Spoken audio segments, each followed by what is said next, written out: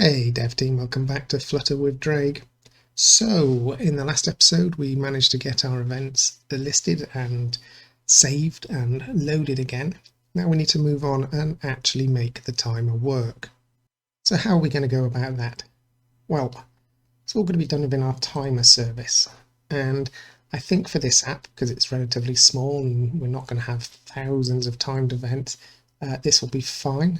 However, just be aware that if you had many more events, this might not be the best way of doing it and you might need to rethink it. That said, let's get on with it. So what we need to do is we have in our app, if we look at it, we have two places where our timer is going to be running. It's going to be running here on the sidebar widget, and it's also going to be running here at the top of our list. So with that in mind, I think the best place to store this information of how many seconds has elapsed since the timer started is in our timer service. So we're going to create within our timer service a private integer which we're going to call seconds, and this is going to be the number of seconds since the timer started. And just for now and for testing purposes, I'm going to set it to 185, so 3 minutes and 5 seconds. Got a blue squiggly, it says it could be final, but it can't be because we are going to be changing it later, so I'm going to ignore that for now. We know that's actually going to change later on.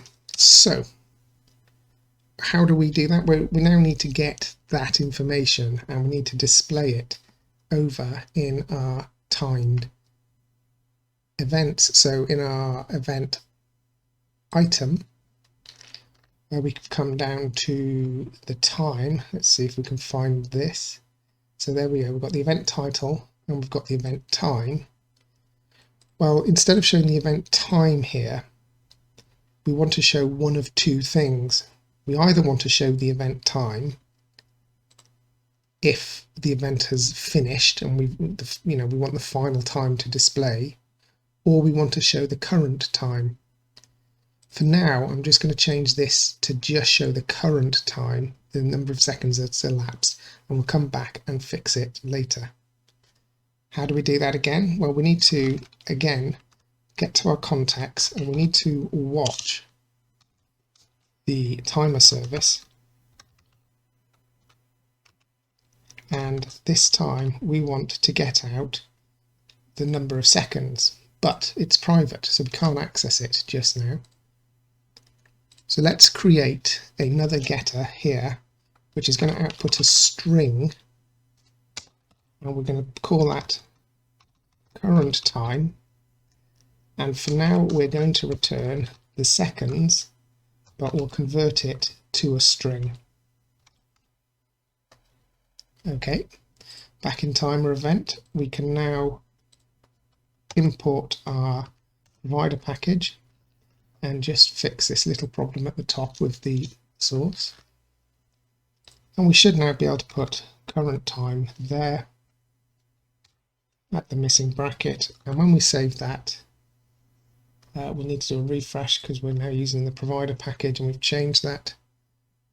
But once it refreshes, as you can see, all our time is 185. Okay, so now we're getting the current time being displayed, but we don't want it just to be 185. We want it to show us the number of seconds, the number of minutes, and the number of hours. So we need to do a little bit more formatting here to do that. And the way we're going to do that is convert this back to a block body. And again, there's a number of different ways of doing it, but the way I'm going to do it is we're going to create a duration called current, and we're going to set that up with the number of seconds being however many seconds are on a timer. Now, a duration is a class within Dart Flutter that allows you to do things with time. easily. It sets all sorts of stuff up. There's a lot to be read on that, but let's just go with it for now. And what we need to do from that duration, now we've put the number of seconds in, we can easily get out the number of hours simply by putting current, not current time, current in hours. And that will get back the number of hours here. But it's going to return an integer. We need to convert it to a string. And we need to do the same for the minutes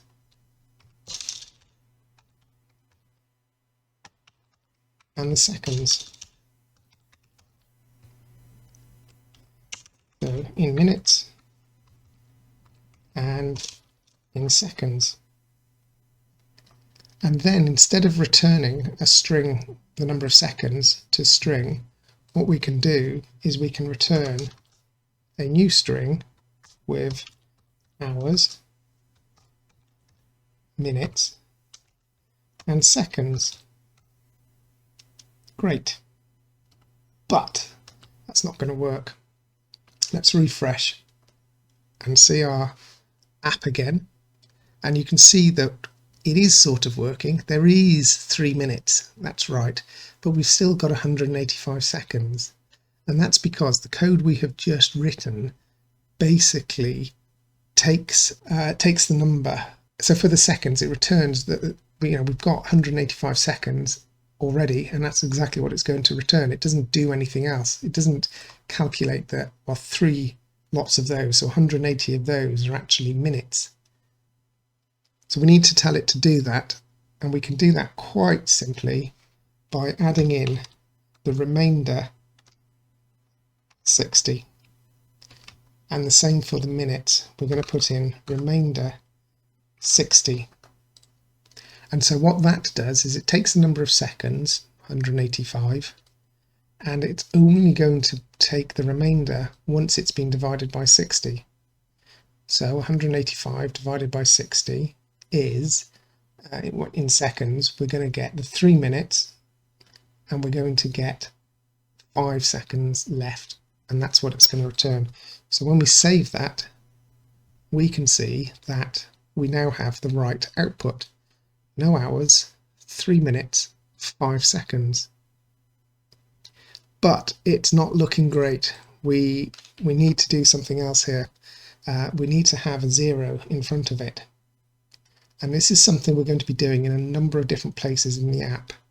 So I'm going to create, within our lib folder, a new file, and I'm just going to call this helpers.dart. Helpers.dart. And in here we're going to put a few functions that are going to be useful throughout the app. And in this case we're going to create a function called pad number, which takes in an integer number and is going to return a string, because in our case that's all we're going to ever do. And what we're going to do is we're going to return the number converted to a string, but we're also going to call a string function called padLeft. And padLeft takes in 2 arguments. It's the amount and the string. So what we're saying here is take this number and convert it to a string, and then pad on the left hand side, we want a minimum of 2 characters. And if there's only 1 character, if this part only returns 1 character, we're going to pad it with 2. And if we change that to 10, then we'd have 10 zeros. Or if this number was 100, we'd have 7 zeros, 100. So it's always going to return 2 minimum, and it's going to pad it with a 0. Back to our timer provider, our timer service here, what we can do now is we don't need to convert it to a string anymore. So we can take the 2 strings out, but we can wrap what we're returning in the add number function, which we're going to have to import from helpers. And again, we just need to do that 3 times.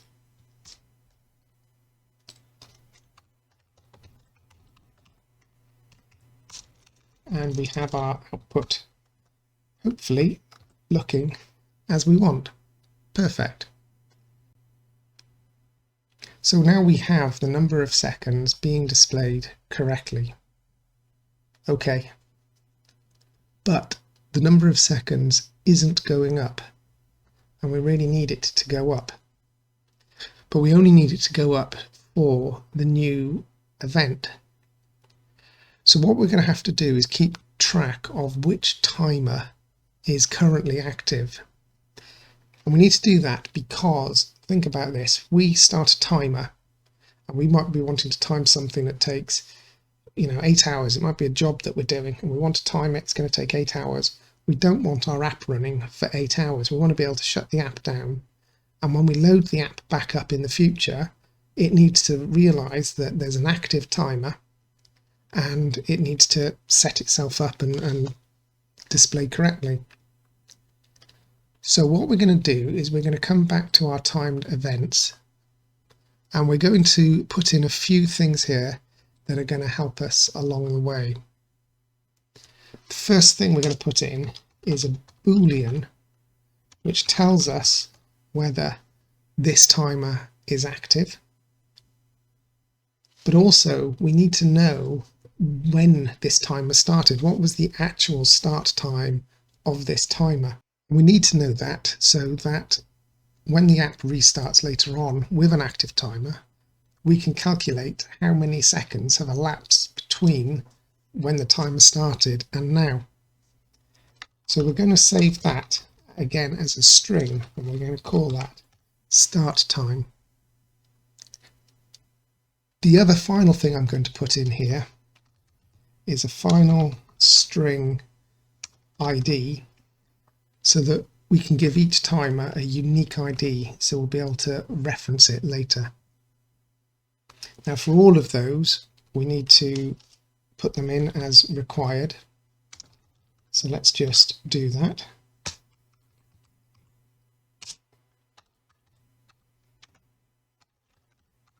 Stop active and required this dot start time. Okay, we're also going to need to store that information. We need to convert it to a map and we need to convert it back from JSON later on. So we need to put in our ID, event.id. We need to put in our active, event.active, and we need to put in our start time, event.start time. And the opposite, when we reload it, we want the ID, and let's just, the quickest way of doing this really would be just to copy this a few times. So ID, we've got the title, we've got the time, we want active and start time, and we want active and start. Make sure the case is the same, this is important, start time. Okay, so that's our timed event now storing everything we need. Let's come back over to timer service where we find we now have some errors because when we create our new event we're not storing any of that information and we need to do that. So how are we going to do this? Well, we need to add in some default things here. First thing we need to add in is an ID. Now, what ID can we add? Well, we could put a number in here, or we could pick a random number. We could do all sorts of things here, but we need it to be unique. And since we can only ever start one timer at a time, then the ID could be the number of milliseconds since epoch that this timer was started. If that doesn't make sense to you, epoch is basically a date in the past. It is the 1st of January 1970, and that's how a lot of time, pretty much all time in computing, is calculated. It's the number of seconds since that point. So what we can do is when we add a new one, we can create a new date time object, which we're going to call start time, and that is going to be equal to date time now. Oops, not. And that, in this variable, sets a date time object which contains the very current timestamp. And so our ID can be our start time in milliseconds since epoch. Got an error here. What's our error? The argument is a string. Okay, did I put that as a string? I did. Let's change that back to an integer. I need that to be an integer. Okay, so back in our timed events, change string of the ID to integer. It's going to be a number.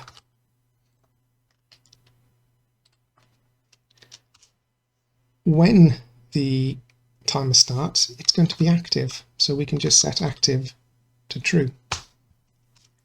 That's fine. And the start time we need to save as a string so we can save it and load it later, and that's going to be the start time to ISO 8601 string, and that's just a string format that we can process later on easily enough. Okay, now our whole app is going to cause problems here, especially when we reload it, because when we reload it, we're not creating a lot of that information. And so we've got a lot of errors telling us that it's not being created. To get around that, very temporarily, we're going to put in our timed event. When we load it from JSON, we're going to put in some default values. So we can do that by saying this: if it's null, put this. So if there isn't a JSON ID, and there isn't going to be, we're going to put 1. If there isn't an active, we're going to put false. And if there isn't a start time, we're going to put date time dot now to string. Let's reload that. Everything's loaded up. Now, as soon as we add a new event, click, all that data is going to be saved. And so we can now delete everything we've just done because we don't want those defaults. And for our other users, none of that's going to matter, because when they create it, it's going to be, they're going to start off with a blank file in the first place. Okay, so that just allows us to keep our test events. We could have deleted everything, but that allows us to keep our test events and continue coding. So now when we add a new event, we're going to have one that is active. And at the top of our timer service, we can find out whether we have an active one or not. And we can do that with a getter. So we're going to say timer active. Have we got something that has a timer active? And the way we can do that is by looking through all our timed events and finding out if any of them match this criteria that we put in. And the criteria is going to be e.active. So if any of our timed events has active as being true, then this is going to return true. Otherwise, it's going to return false. Okay, let's save that and reload that. Now we can come back to our timed event list, event item. And what we can put here instead is we can find out whether we have a timed event that is active or not. Now we're already passing in the event, so we've already got that. So what we can say here is event active, and if it is, we're going to put in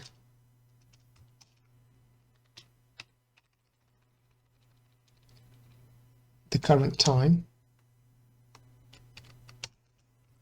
Otherwise, we're going to put in the event time. Okay. Let's have a look at our app. Now we've got the original times back for everything except for the current active event. We can also do the same for the icon. What we can say here is if the event is active, then the icon is going to be this time. We haven't got one yet that is perfect, but we're going to do it as that access time. Otherwise, we will have the edit icon. So now we have a different icon. That's slightly different from the original design. We may come back to that, but that shows that that's the active time. And then for the whole lot, well, we don't want at the moment, if we click this button, we're going to get a new event. We don't want that because we've got one that's active. And the way we're doing this is only one event active at a time. So if we come to our event list and find our button, at the moment we have the color of the button as blue, but again we're going to change that and we're going to make sure that we update this as needed. And so here we're going to watch the context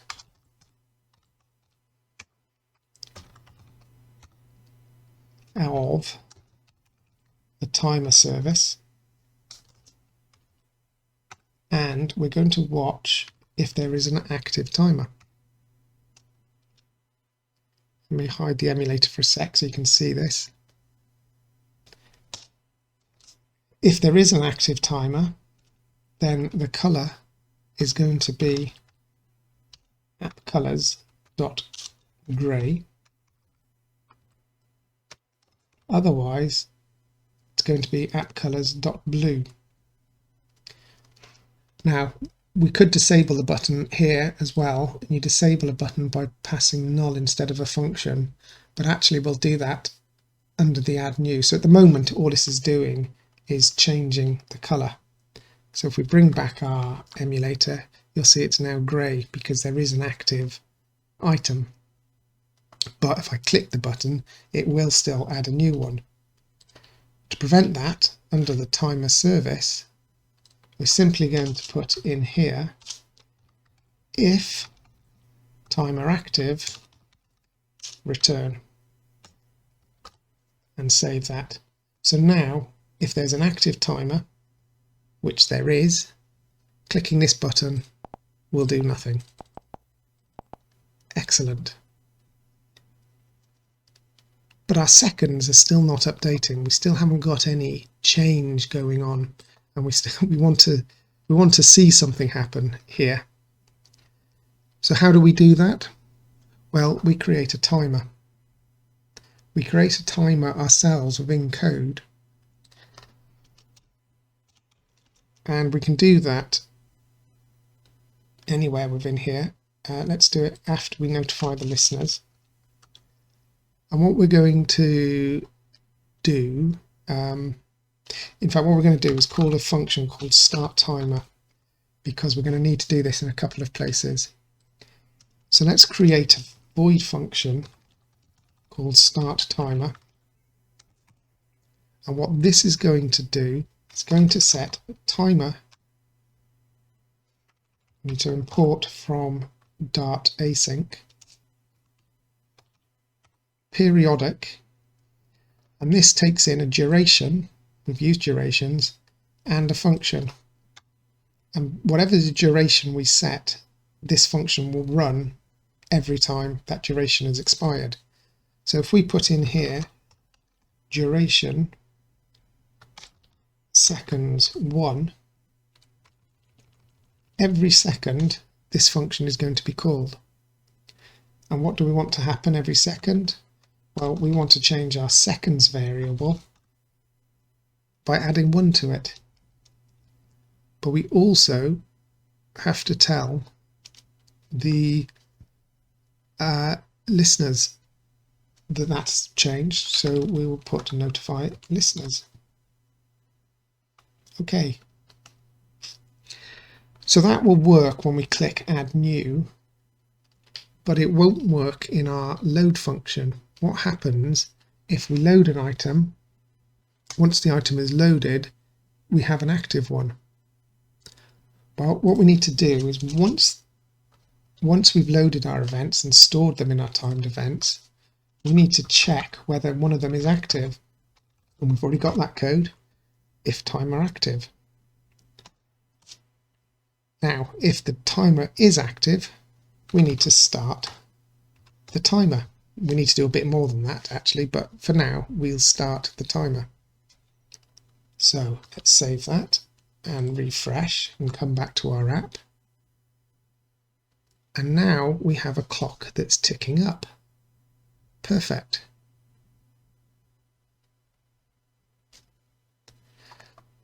Let's refresh that again and see what happens. It goes back to 5 seconds. And that's because we're not taking into account the start time. So within the start time, within our timer active here, yes, we can start the timer, but before we do that, we need to set the seconds to be the correct value.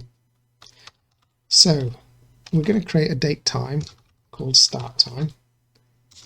And this time, instead of date time now, which is what we've used before, we're going to put date time pass. And what that does is it can pass a string that has been formatted to many different formats, but we can pass it to the current active event. Current active event, well, we don't know which event is currently active, so we might need to do that in a few places. So to do that, I'm going to come up to the top here to where we've got our getters, and I'm going to create another getter called timed event, because that's what it's going to return. It's not called, it's going to return a timed event, but we're going to call it get active event. So when we call active event, we will get any active event. And what we're going to do here is very similar to the line above it. We're going to return the timed event, the first one, where the element, I'm just going to change that, dot active. So it's going to go through all our events and return the first one where it is active, and that'll give us all the data that we need. So here we can pass the active event start time. which is that string we saved before. It's this, the ISO string that we saved. Okay, so we now have we have an object, datetime object, but we don't know how many seconds there are yet between that and now. So we can work that out with seconds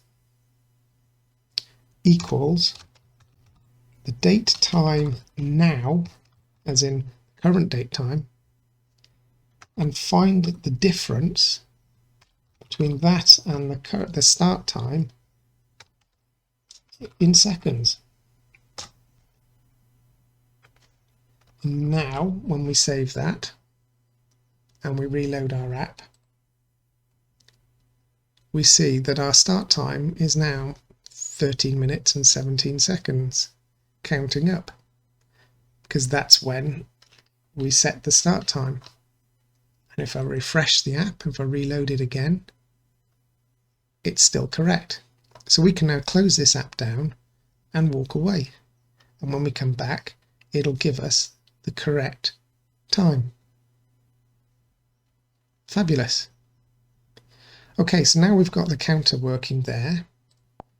All we need to do is get the counter working here as well. So let's come across to our sidebar and our timer widget. And at the moment we've hard-coded in clock started at and whatnot. We need to change that.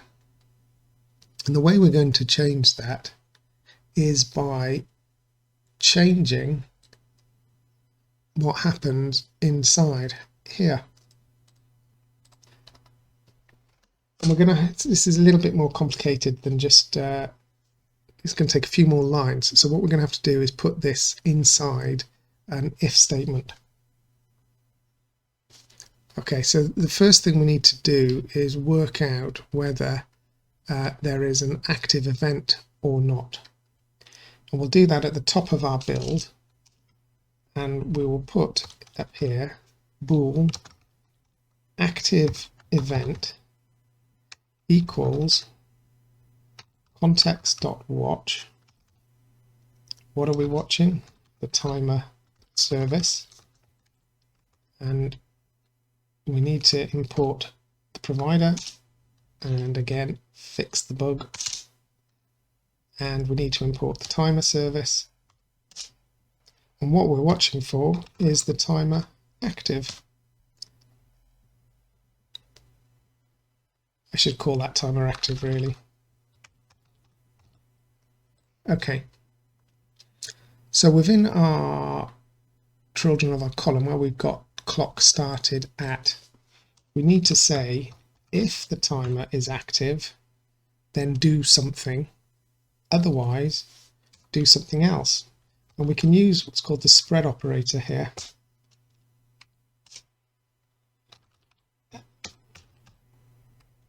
Okay, we've got some errors. We've got some errors because it's spread operator's 3 dots. Okay.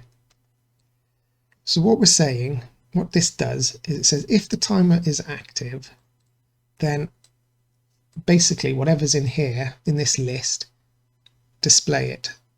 Otherwise do this. So if the clock is active, we want to display the clock started at whatever time. Otherwise, what we're going to do is display a message, something like no, let's do this in capitals, no active timer, something like that. Excellent. So we have got an active timer at the moment, we know that. So this message should be displayed. So when we save, we see no change, which is what we expect. But we obviously don't want this to say clock started at. We want it to give us the time. And to do that, we're going to have to get the timed event and we're going to have to format the time. And so to do that, because there's a few things happening here, we're going to put this inside a builder. And a builder takes a context and returns a widget. So we could, for example, return this text. Oops, I didn't mean to do that. There we go, return this text. Fix our little errors there. So nothing will change at this stage, but within the context we can now put some code. And what we can do is we can get the current timed event, we'll call event, and that's going to equal the context watch of the timer service, not current event, active event is what we called it, active event. So that's going to get the current active event. And then we can take the date time, start time, equals, we've done this before, date time dot parse the active event, which we've called event, start time. And now we can take the hours, minutes and seconds of that. So string hours equals, and we've done this before, we can pad number, start time, hour. And we can do the same for the minutes and the seconds. So hours, minutes and seconds. And then we can set a string called start time string, and that is going to equal our hours colon our minutes colon seconds. And then here we can put clock started at and just return our start time string. Look at that. Now I'm noticing a little error here, one that we didn't notice before, and that is this column is centered, and I just want to change this column to have a cross-axis alignment of cross-axis alignment start, just to make sure everything's over onto the left. Okay, so that's our start done, which is fine. What about the actual time here in this text? Well, we can do this. We can say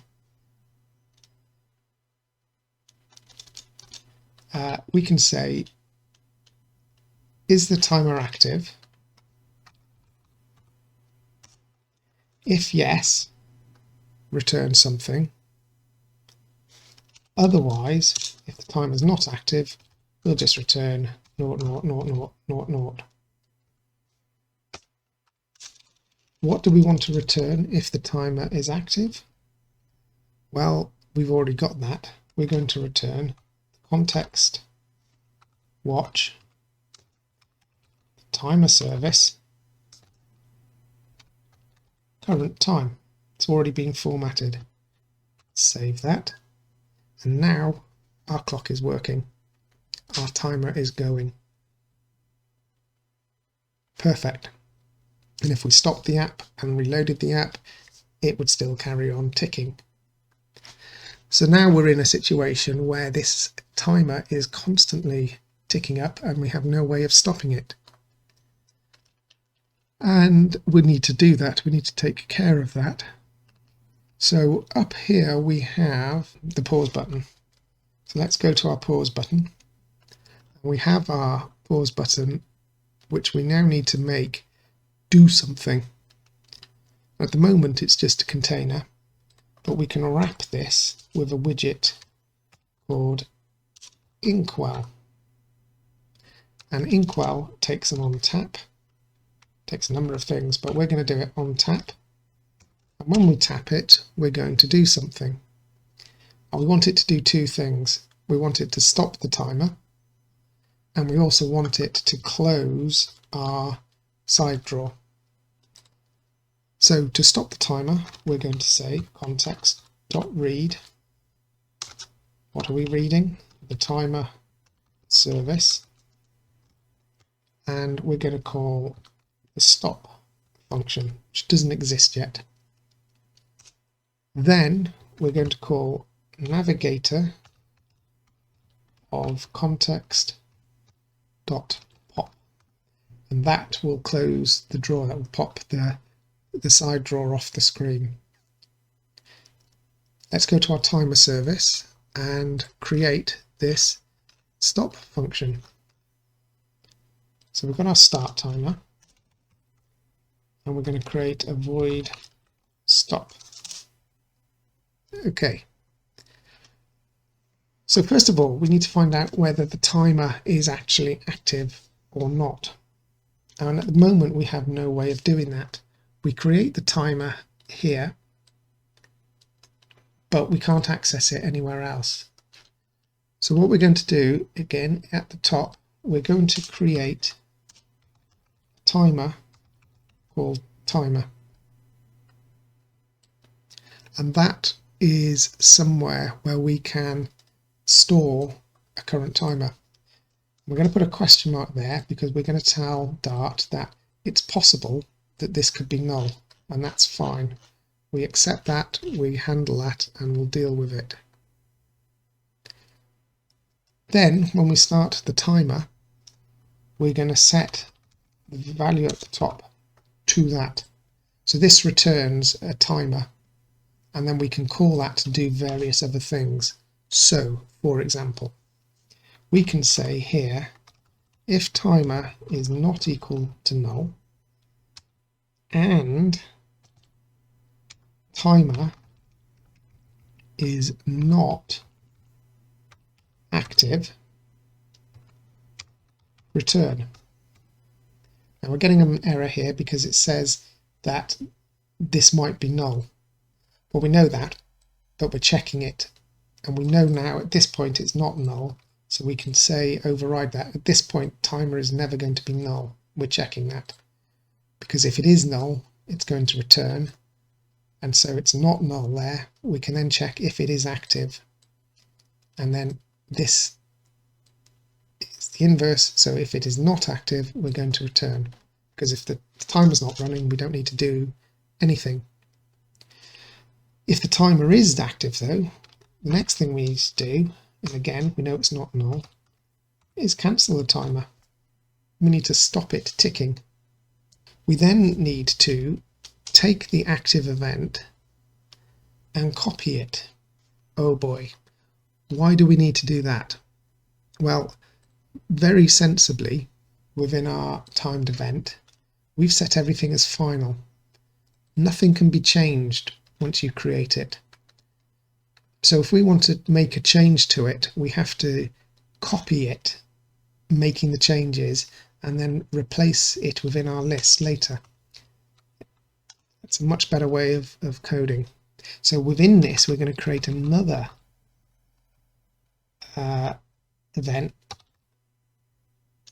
timed event called copy with.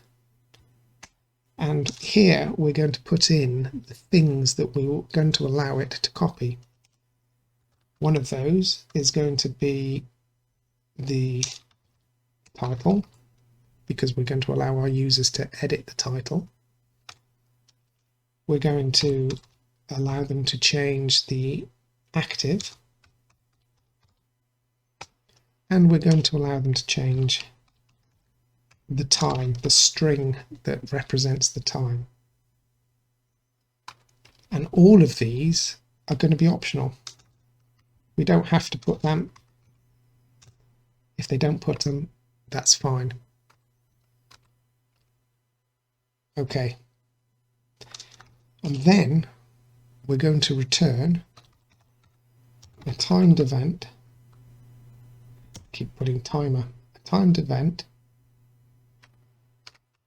Let's just format this onto multiple lines so we can see it. In fact, I'll turn the emulator off, be better. So the ID is never going to change, so we will just return the current ID. The title might change. So what we're going to say here, let's put this on different lines so we can see clearly what's going on,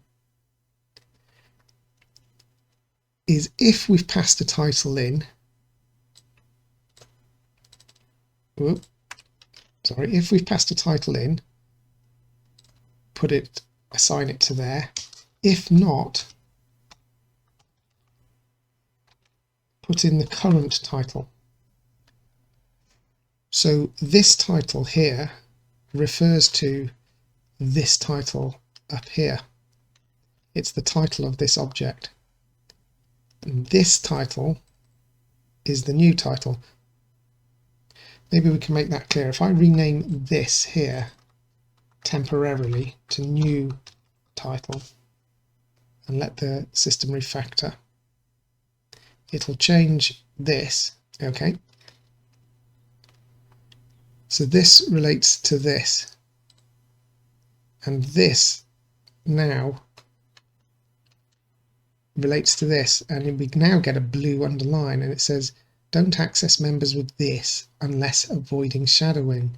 And that is exactly what we're doing, because when that's called title, this here, this title there, is shadowing the title above it. So this is being specific. We don't need this for ID because we're not passing in an ID, so it knows we're going up here when you're using this ID. Okay, so we need to do that with the other things. So if we've passed in a time, we're going to use this dot time, and if we've passed in an active, we'll use it. Otherwise we'll use this dot active, and then start time is never going to change because the start time is always going to be the start time of the timer. So back to our timer provider, and what we can put now here is timed event equals the current active event, but we're going to copy that with active equals false, and the time,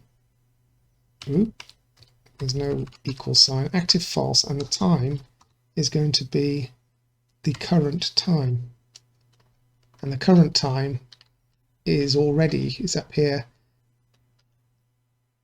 We're already doing the formatting, so we don't need to worry about any of that again. So we're creating a new event, and we're just changing the active to false and the time to current time. Okay, now we need to replace within our list. So we have our, right at the top here, we have our list of timed events, which contains all our events, and we need to replace the one now that was currently active. And we can do that by saying get the current index, get the current position of the current active event. So current index equals timed events index where the element is active. And we've only got one active event. And then within our list we can say the timed events current index equals event, and we're basically replacing the event with a now stopped event. What else do we need to do? Well, once we've done that, we've made a change. We need to save. We need to store that back to the memory, to the disk, the hard drive, the memory card, whatever, the data. And we also need to notify our listeners that that's happened. Okay, let's save everything. Let's bring our emulator back. Let's do a refresh. So now we have an event that is ticking up, which we started half an hour ago. And we should be able to now stop it.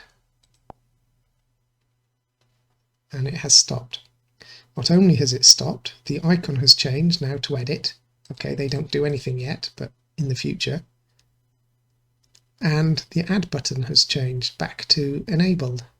And we can click that, and we've started a new timer. Did you notice that error? Okay, what caused that? Well, within the timer service, there's a couple of things that are causing that. First of all, for testing, we set our seconds to 185. We need to make sure that's 0.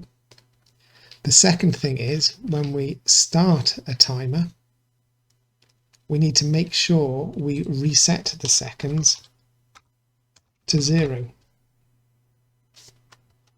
Save that. And if we stop this timer now, let's just check this works, and add a new timer, it should start from 0. Perfect. And we'll stop that. No, in fact, we won't stop that. We'll leave that running. Because the final thing I want to do today is I want to be able to delete some of these. We've now got a growing list, and we've got no way of getting rid of them. Okay.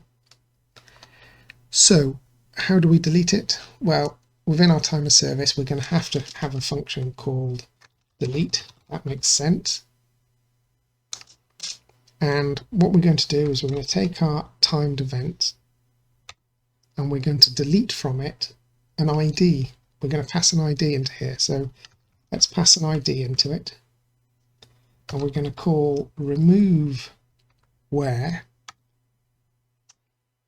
the element ID equals the ID that we've just passed in. But also, I only want to be able to delete ones that are no longer active.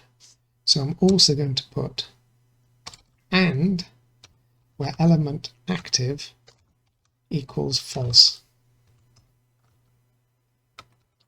And that will make sure that we can only delete ones that are not running.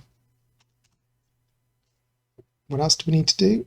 Well, we need to notify our listeners of the change, and we need to save the change. Great. So that's that taken care of. Where are we going to call that from? Well, I think the neatest way of doing that would be swiping left or right, swiping left really on these to chuck them out of the way. And we can do that quite simply within our event item. We can come back and take our whole container and we can wrap that with a widget called dismissible.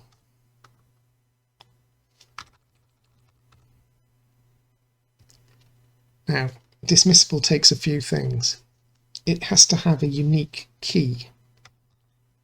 And the way we're going to do that is by putting a key, which is the event ID. But it has to be a string, so we're just going to convert that to a string. That's the ID taken care of, the key taken care of. So once we save that, we can now find that this thing slides and is dismissible. And in fact, they delete, sort of.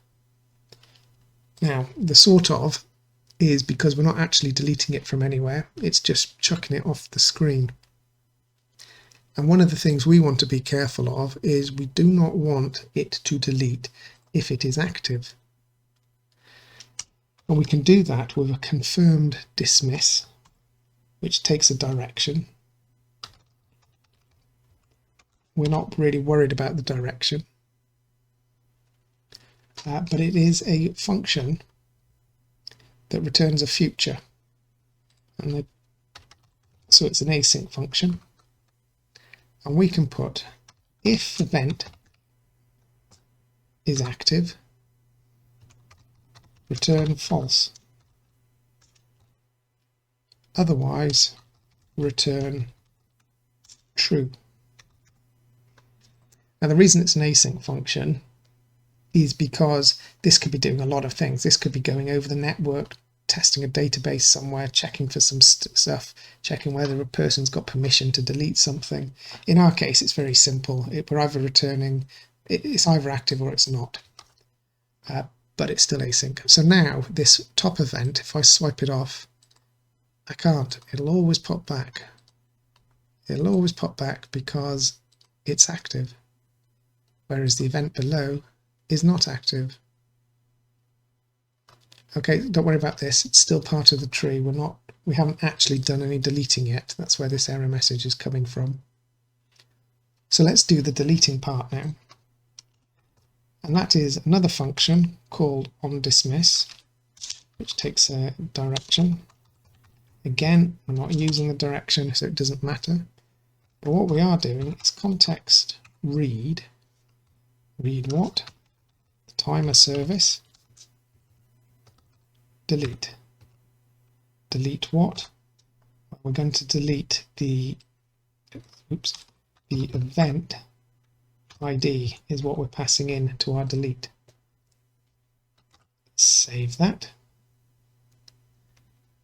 And now that doesn't work.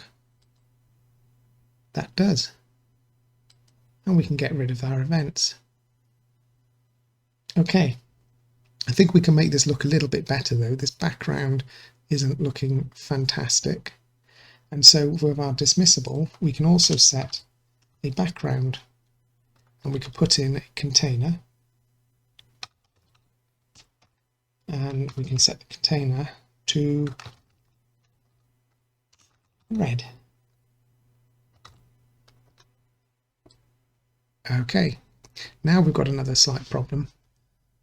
And that is we can see that the divider bar is higher. The background of the divider bar is white, and we need really, and it's got padding on it or margin, we would like that whole red box there behind it to take the full width of that. So we need to do a little bit of messing about, shall we say. One of the things we can do is, coming back to our event list in the divider, we can set the height to 1. Okay, that's shrunk everything up, but now the background is red all the way. And so back to our event item, where we have a horizontal padding for our container of 20, let's just add in a vertical padding of 8. And that should put our spacing back, and now we've got that red taking the full height of the background. Okay, and now all those events have just disappeared, and you might wonder why they've disappeared. And that's because, if you remember, when we were setting up everything, we set the ID of all our test items to have an ID of 1. And so we've just deleted all the things with an ID of 1. So that's fine, we understand that. Let's stop that and add another timer. So we've got a couple here to look at. And the other final thing I want to do is, within this container of our background, I want to put a child or an icon. Get this right, icons dot delete, let's have a bin. Set the color to colors.white, and the alignment of that container to be center right. That gives us a delete icon behind, and we can see what's going on. I think we want to put a bit of padding in there as well though. Padding const edge insert only on the only on the right hand side. 20. That's better. So a user can see clearly what's going on there, and they can see that swiping that is going to delete it. We could change the background of all of this to be different for the first one. Maybe that's something we'll come back to tidy up. But essentially that is the core of our app done. And I think in the next episode what we'll do is we'll do some of these final tidying up little bits and bobs, make the app look final. These have never really been used. That was all part of initial design. Maybe some point in the future we will do another amendment to this where we connect this up to a database, an online database, and store our timers remotely. But for now folks, that is it. I hope you've enjoyed. If you have, don't forget to leave a like and subscribe, it does help me out. And click the notification button if you want to find out about the next episode. Until then, take care folks, and we'll see you soon. Bye now.